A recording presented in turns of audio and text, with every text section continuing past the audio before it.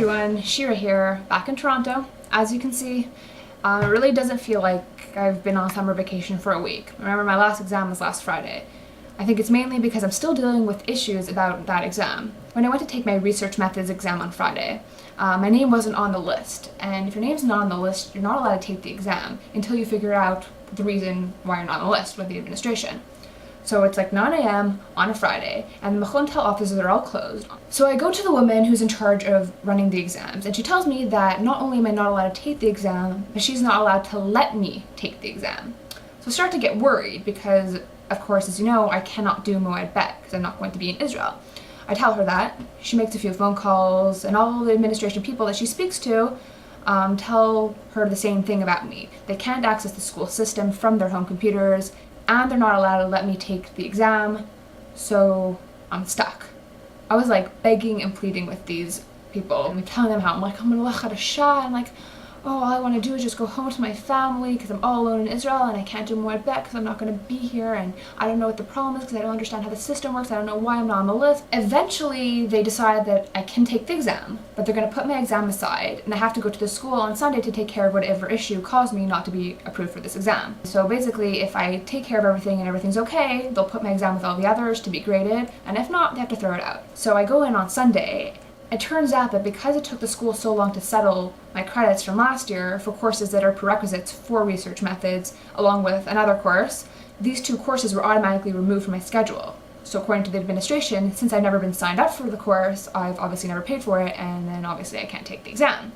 So right now I'm still dealing with that issue, and they're giving me a lot of trouble because for some bureaucratic reason they can't just input the course right now and just take money out of my bank account to pay for it.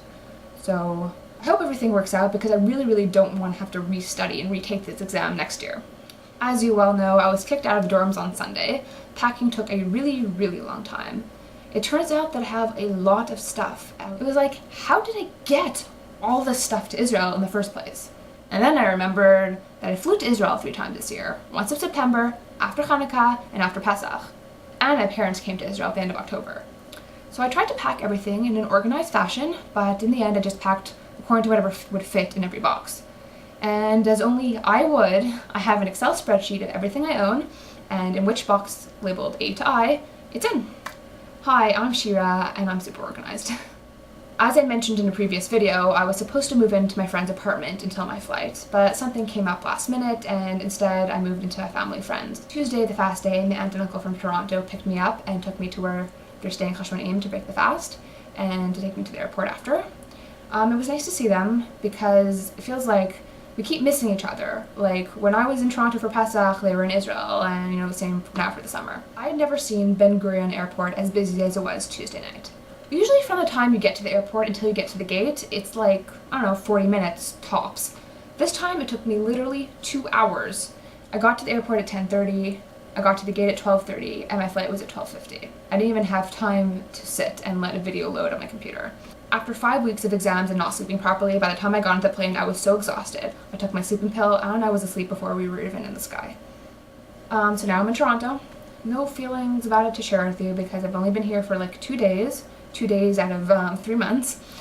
Turns out that no one wants me to not do videos while I'm here, so I guess that means I'll see you sometime in the future. That's less than 3 months, probably more than a week, or whenever it is that I find something to talk to you about that has to do with Israel or life in general that's exciting. Whatever. Alright, bye.